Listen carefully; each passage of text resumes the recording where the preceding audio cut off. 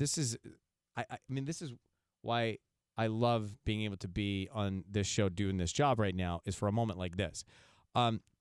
Matt is here, Matthew Christian Whitaker. You may have heard the story back in 1998. This was in the Altadena area where he was buried alive as a newborn.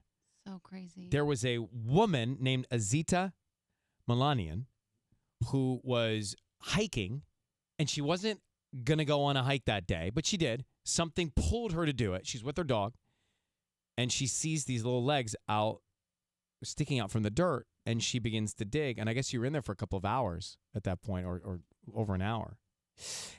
And she pulls Matt out, and she takes him, and she rescues him. She couldn't believe, I'm sure, what happened. And she takes him to the police. Matt then is adopted. She's with him for a couple days. Mm-hmm. Matt's adopted, and they never see each other again. And we just gave him his DNA results from 23andMe, so he has his background, his heritage. We found out that he's got a first cousin he's about to meet. But Azita is here, and we're going to bring her in now to see you 20 years later, almost to the day. So, Azita, come on in. Hi. Yeah. How are you? Thank you. Thank you. You're an angel. Your dogs are angels too. I was waiting for you. Yeah. Thank you. Thank you. Oh, they're hugging. You're exactly what I imagined you. How did she knew? I guess your size, everything. Yeah. Thank you. Thank you. No, thank you for coming to my life. You changed my life. Because of you, I started Save the Children. Just because of you. Thank you. You do a great thing. So many people appreciate you. Thank you. I'm sorry, but I'm so happy. No, it's okay. Totally understandable. Thank you. Sorry. No, it's fine. Yeah, hold on. Let me get you some. Azita, we're going to get you a tissue. Hi, Azita. Thank you for coming in. Later on, you can look at. Okay. Thank you. Here you go. Azita, come on in. Have a seat next to Matt. Okay. Slide over there next to Matt. Sorry. That's okay. Thank you. Azita, thank you for coming in. It's nice to meet you. Hi. Hi. Thank you for bringing us together. What was going through your heart and your head minutes ago before you were about to have that moment with Matt? That finally all my dreams came true. That I knew we were gonna connect again. The day I met him, he confirmed my faith about Save the Children, and because of him, I started my own organization for children. And if it was not him coming to my life, God brought us together for a purpose. Mm-hmm. And I know that purpose, and I hope Christian will see that one day with me. You call him Christian? Well, I called him actually in my books, in the stories I wrote and my films, Mountain Angel. Mm-hmm. But in the hospital, they called him Baby Christian, and I found out that his name is Christian.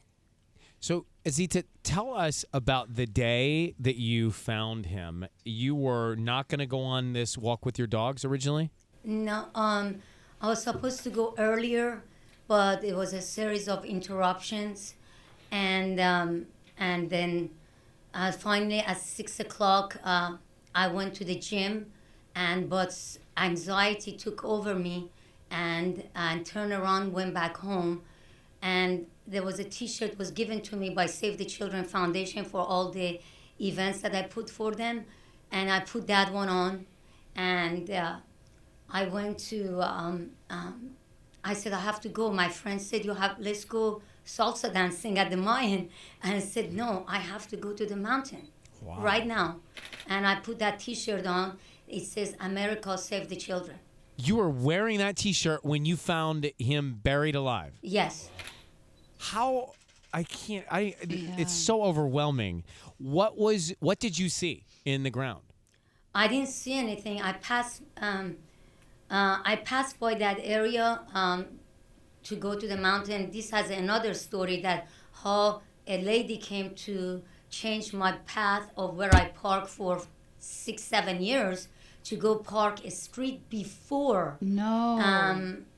before Where you normally park, and this is in I parked. Altadena. Yes, and her dog ran away a year ago, and I found him in the mountain. His name was Tango, and Tango was belonged to this woman, and nobody claimed him till exactly maybe a month before, give and take.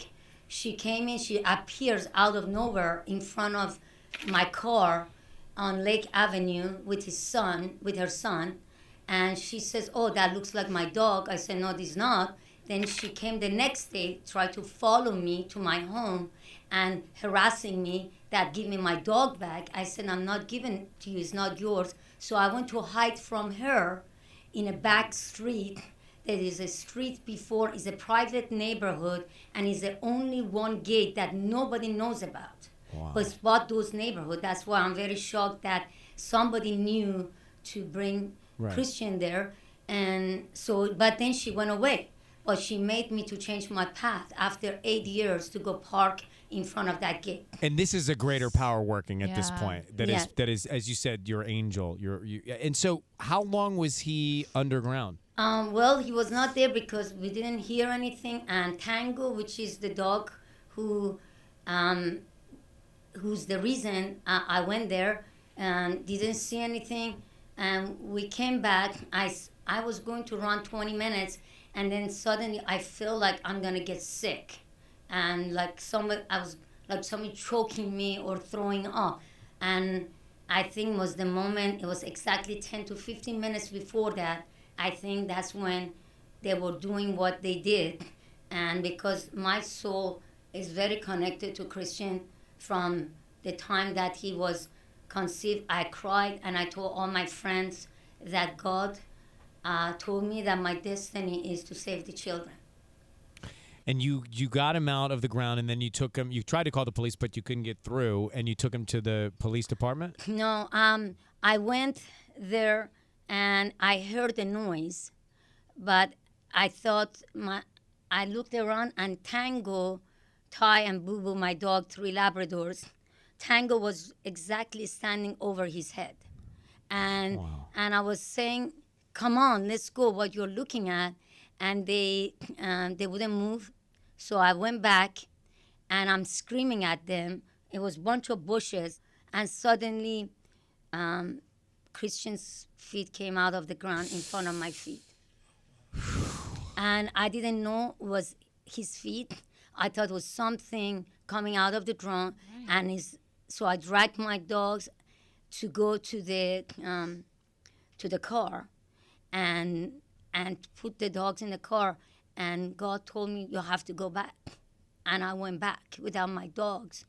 And as was standing far away, maybe a few steps away, and I'm screaming loud, "God, what is this? What is this? It's like a human baby's feet."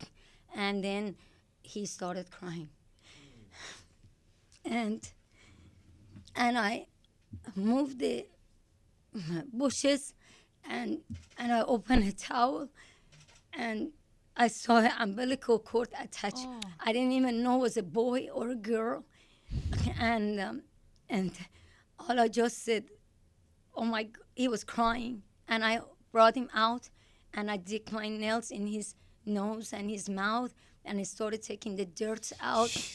And all I said to you, "Please don't die. I will never leave you.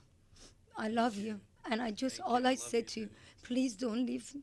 Thank you. And I ran to my car, and I grabbed my cell phone, and I called 911, and they put me on hold. They didn't let me finish my sentence. And I ran on the street, and I told the motorist, "Please call the ambulance, there is a baby buried alive here," so they thought he died. So they came 30 minutes later, He was in my arm.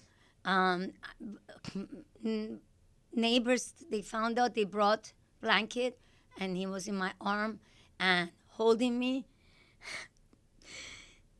His hand is exactly, I imagine, is so strong. He grabbed my wrist like this, and he wouldn't let go of my wrist. Oh, it's Just- like he knew you were there to save him. As I was telling him, I love you, please don't die. And a neighbor was sitting, he grabbed my wrist, and he would not let go of my wrist till the ambulance came. You were so strong. You were so willed. You know, we are both Taurus. No, when's your birthday? Stubborn. When's your birthday? Nobody can get rid of us. Can't die.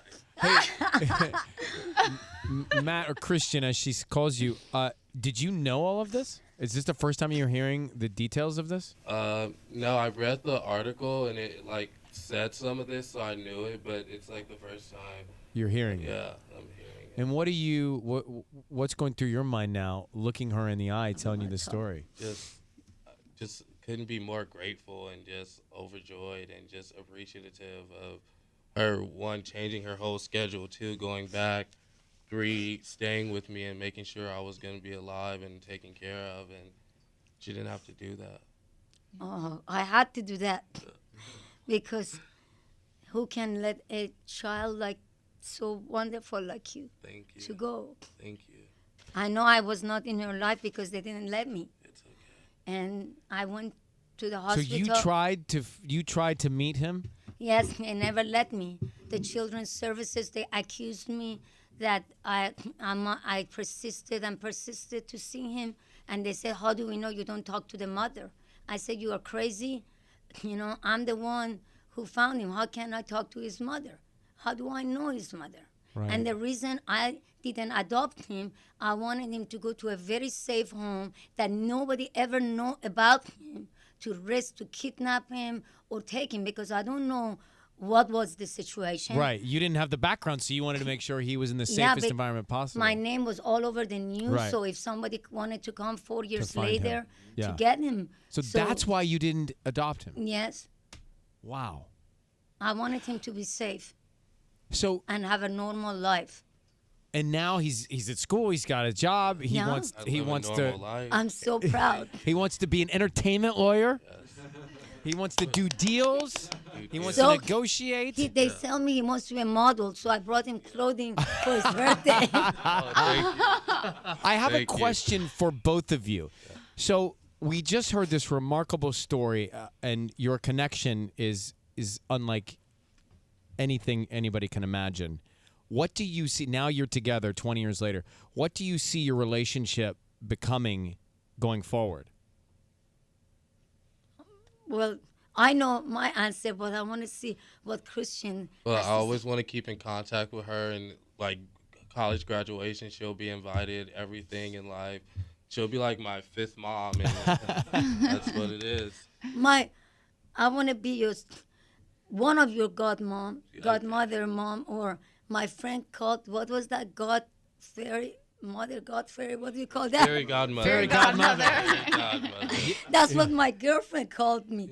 Well, thank Fairy you. godmother, yeah. Thank you both. What a special, what an inspiring special story. And thank Yeah. you to, I know we've got folks from 23andMe here. This never would have happened without them helping us put this together and getting you here, and of course the test results. So this is one of those, when we were starting to tell listeners about this story, it's all, you feel physical pain when you start with the beginning of the story because of how difficult it is to talk about, but there's a great ending to it. Do you drink coffee, Azita? Me? Yeah. You don't want me to drink coffee and sit here. Well, he's working at Starbucks, so you Yeah. better come up with a good order and go see him, all right? Okay, because I knew if I have coffee, I Well, cannot you're be gonna sitting. start. Thank you both for coming in. Great to see Thank you. We'll Thank be you. right back.